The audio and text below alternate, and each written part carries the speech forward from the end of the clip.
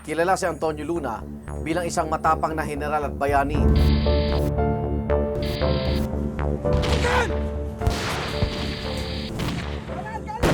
Ngunit isang siglo na ang nakalilipas, misteryo pa rin kung bakit siya pinatay at kung sino ang pumatay sa kanya.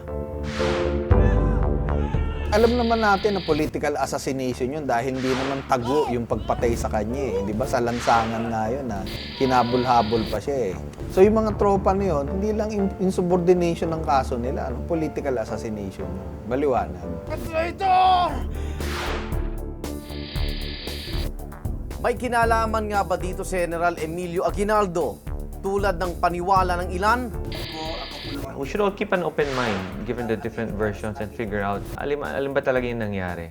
Kasi think ko balang araw lalabas din yung katotohanan. Magandang gabi, ako naman Arnold Clavio.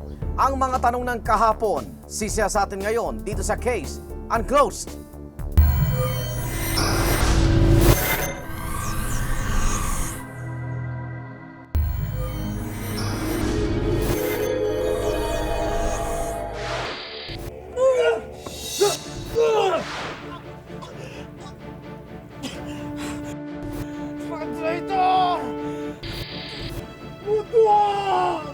Malagim ang naging katapusan ni Antonio Luna.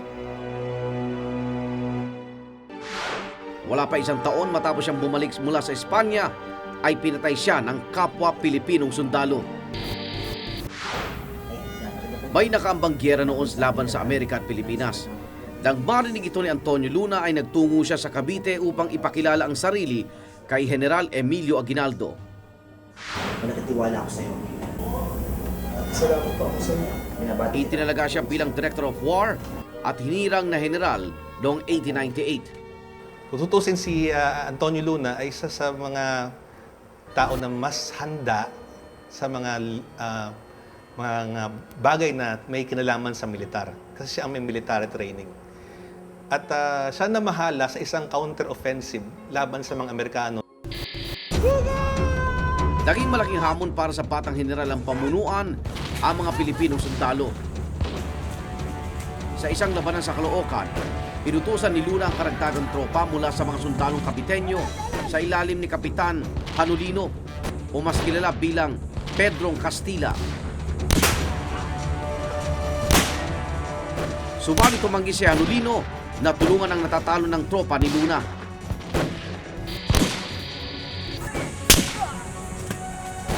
Tingnan yan! Wala na tayo ng tulong! Sige na! Wala! Mababawi na nga nila sana ang gitna ng Maynila. Ang napaatras lang nung nalaman nila ayaw makisama ang Kawit Company sa opensiba. Dahil sabi ng commander ng Kawit Company ay tatanggap lang sila ng utos, walang iba kundi kay General Aguinaldo lamang. Kaya kinagalit na yun. Isang balita ang nakatasan sa... Dahil sa galit, dinisarmahan ni Luna ang mga sundalong hindi sumunod sa kanya bilang kaparusahan. Ang isang paglabag sa katipunan, ginuway niyo ang isang kautusan! Lahat kayo ay ang atasan na hindi na maging kamiyembro ng katipunan. Subalit makalipas ang isang linggo, ibinalik sila sa serbisyo ni Aguinaldo. Dahil dito, ginustong magbitiw ni Luna subalit hindi ito tinanggap ni Aguinaldo. Dito kumalat ang usap-usapan na plano raw ni Luna na agawin ang pagkapangulo ni Aguinaldo. Neo-colonial ang dating ng mga tagapagpayo ni Aguinaldo. Marami rin ang bumubulong sa kanya. At saka, siyempre, kung ako si Aguinaldo, medyo ma-insecure din ako. So, baka yung sinasabing binubulong na chismis na baaring maglungsad ng kudita si Luna, ay baka maaring totoo. Ngunit patuloy pa rin ginampanan ni Antonio Luna ang kanyang tungkulin sa kabila ng mga pambabatikos sa kanya. Bilang tugon sa mga sumusulsol kay General Aguinaldo, isang telegramang pinadala niya sa lahat ng kanyang mga kaalyado. Si Aguinaldo ay nagtawag ng kanyang mga matataas na opisyal. Kasama ron si General Gregorio del Pilar at nagkaroon ng loyalty check. At titingnan sino talaga ang tapat sa akin. Ngunit ibang telegrama raw ang pinadala kay Antonio Luna. Gusto raw makipagkita sa kanya ni General Aguinaldo sa isang kumbento sa Cabanatuan. Kanan! Kanan! Susumanda! Kasagsagan na ng giyera noong 1899 laban sa mga Amerikano.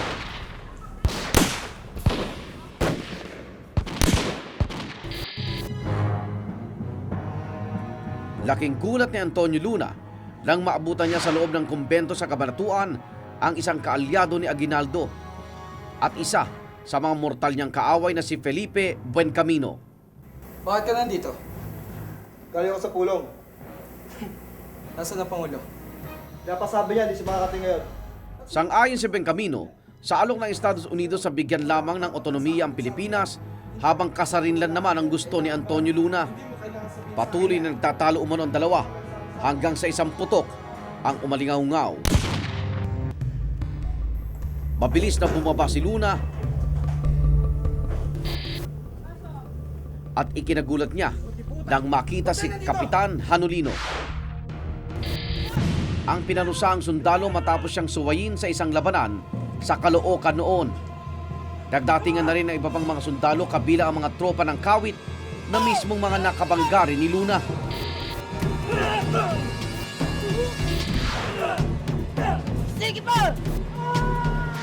Yung mga sundalo ng Kawit Company ay nakihalo na rin. Iba ay sinaksak siya, iba ay binaril siya, at nakatanggap siya ng hindi kukulangin na 40 sugat sa katawan.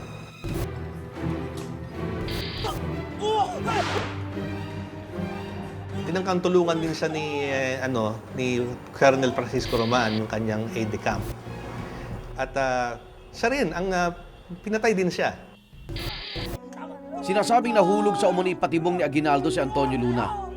Hindi niya inakalang ang imbitasyon sa kanya ni Aguinaldo ay mauwi pala sa kanyang kamatayan.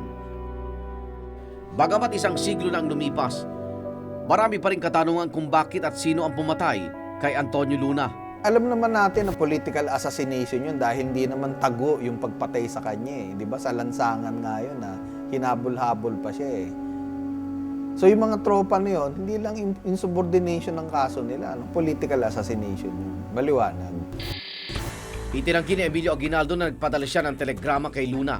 Siya umano ang nakatanggap ng sulat mula kay Luna na bibisita ito sa Cabanatuan. So sabi niya, wala siyang pinadala, wala siyang pinirmahan. Yun lang, alam niya lang na nais ni General Luna na puntahan siya sa Cabanatuan, walang date, walang purpose. Ako magandang plano. Dalason daw ang isip ni Aguinaldo ng mga taong nais pabagsakin si Antonio Luna. Pero ang kamatayan ni Luna ang naging simula ng pagbagsak ni Aguinaldo. Kung ikaw nasa pwesto, ikaw ay may kapangyarihan, anong pipiliin mo? Yung tao may abilidad na malinis ang kanyang loob para sa bansa, o yung mga tauhan na tingin mo na makokontrol mo at loyal sa'yo at yung masisecure yung pwesto mo sa lipunan.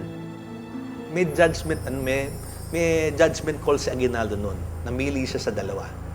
Pinili sa aking palagay, pinili niya yung mga loyal sa kanya. To be elected as president in wartime conditions, in conditions where the best leader should be chosen, I think an insecure person will never stand out. Kumbaga, hindi lalabas, hindi lilitaw, hindi mamumuno. So yung kay Antonio Luna, tingin ko tama yun. May mga kwentong sinasabi na he plans to oust Aguinaldo and eventually assume as a dictator. Isang matapang na general kung ilarawan ng ating kasaysayan, si Antonio Luna. Isinilang noong October 29, 1866 sa Binondo, Maynila. Anak siya ni na Joaquin Luna, tubong Ilocos na isang negosyante. at ni Laureana Novicio San Ignacio na tubong La Union.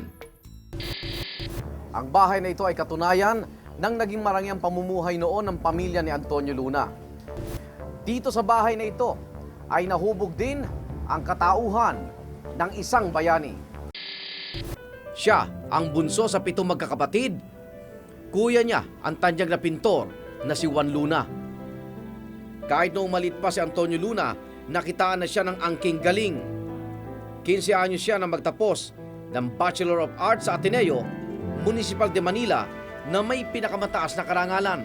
Yan sa palagay ko ang dahilan kung bakit si Antonio Luna sa harap ng mga achievements, no, ng mga matatanda sa kanyang kapatid ay nagsumikap. Kaya elementary pa lang hanggang high school, hanggang kolehiyo, napakadedikado niya sa pag-aaral. Itinuloy niya ang pag-aaral at kumuha ng kursong pharmacy sa Colegio de Santo Tomas. Hindi nagtagal, nagtungo si Antonio Luna sa Espanya kung saan nagtapos siya bilang doktor noong 1890. Antonio studied abroad, same as Juan, in their chosen fields.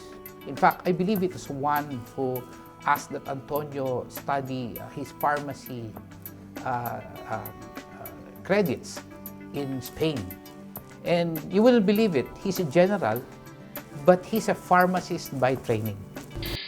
Nung panahon na yon, si Juan Luna ay malaki na ang kita sa pagbebenta ng kanyang mga pintura. Marami na siyang mga komisyon at siya ang naging katulong ng kanilang mga magulang sa pagpapaaral kay Antonio. Habang nasa Espanya, naging aktibo si Antonio Luna sa pagsusulat. Gamit ang pangalang Taga-Ilog, siya ay naging bahagi ng pahayagang La Solidaridad. Mahigit na 2 taon siyang naglingkod doon at merong mahigit na 30 essays ang kanyang isulat. At magaganda, no? Kasi may estilo siya, hindi lang yon, meron siyang social conscience at of course, ibig niya ng mga pagbabago. Taong 1894 nang bumalik sa Pilipinas si Antonio Luna. Naging abala siya sa kanyang propesyon bilang doktor at naitalaga bilang Director of the Municipal Laboratory of Manila. Subalit noong mabunyag ang katipunan noong 1896, pinaghinalaan siya na isa sa mga taong nasa likod ng lihim na kilusan. Pero si Antonio, ang ginawa, binugbog siya, ginutom, gano'n. At ang nangyari, siguro, pagkagutom ka na, nanghihina na kung ano sinabi, ang naging sentensya naman sa kanya, exile. Antonio Luna, totoo ba ito yung pasimulang pang-revolusyon? Pinatapon si Antonio Luna pabalik ng Espanya noong 1897. Subalit hindi nagtagal, ay napagkalooban din siya ng amnestiya sa tulong ng kapatid na si Juan.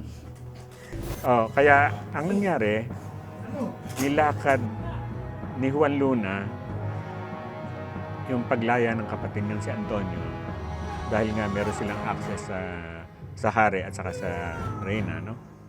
At hindi lang yan, si Pio Valenzuela, top 3 yan sa Katipunan ay nagpatunay na hindi miyembro ng Katipunan si Antonio Luna.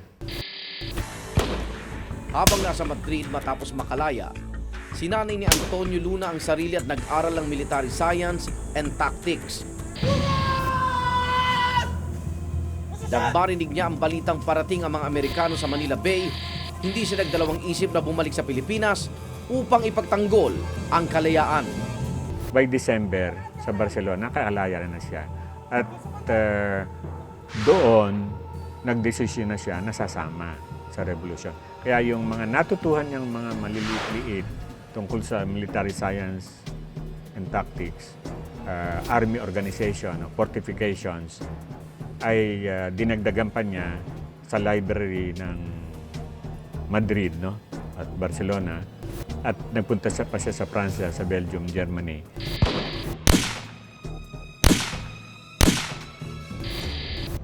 Hindi niya alam na ang pagbalik niya sa Pilipinas ay hudyat na pala ng kanyang katapusan.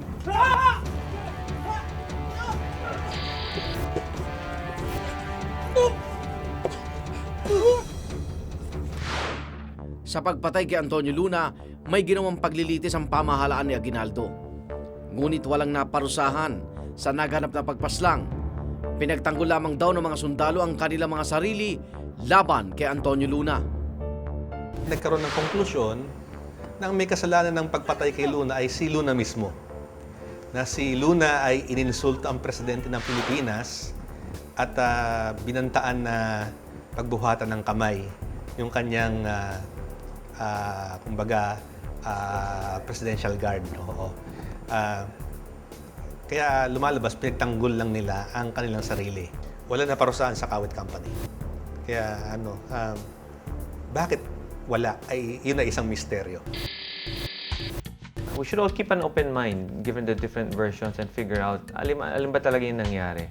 Kasi tingin ko balang araw lalabas at lalabas din yung katotohanan. But I hope someday eventually mapagdikit-dikit at mapagtugma-tugma talaga para malaman talaga yung nangyari.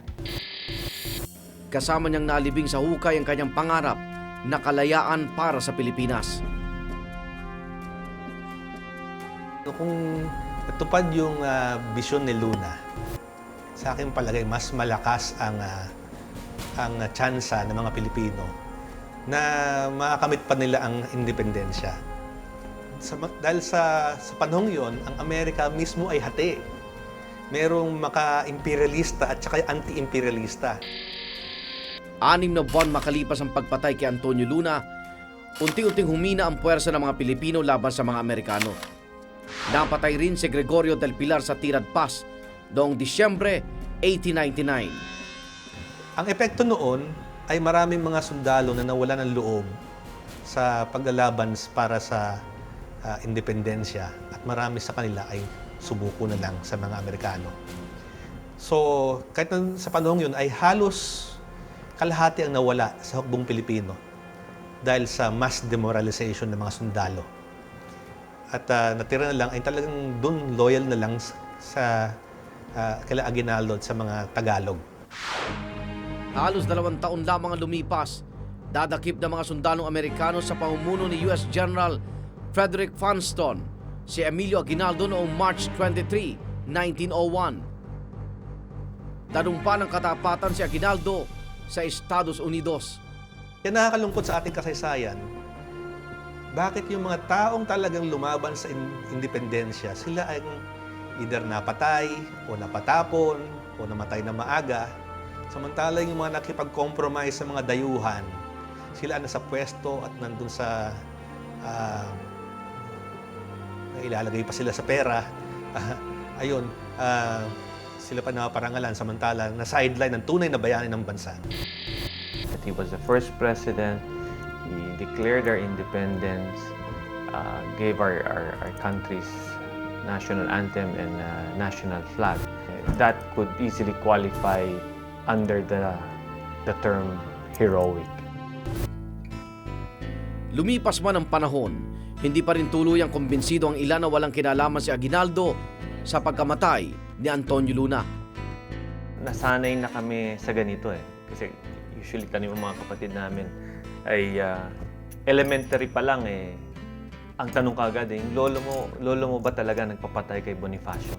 Tulad ng sinasabi ko, sa lahat ng pagkakataon na makatalakay ang buhay ni General Aguinaldo maski sa opisyal o personal na pagkakataon ay gagawin ko.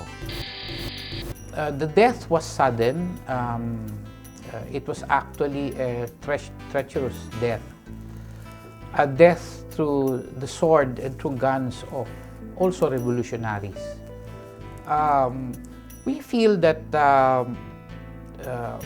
it was not his time. He was at his peak, 33 years old. No? But also to say that this has happened over 100 years ago is something that I think is past. Okay? And we have to move on. Kapwa idilagay sa pedestal bilang bayani sila Antonio Luna at Emilio Aguinaldo.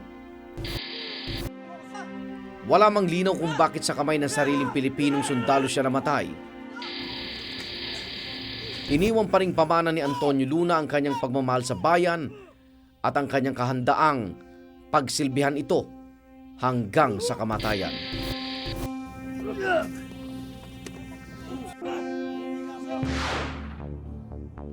Hanggang sa susunod na Huwebes, ako naman Arnold Clavio.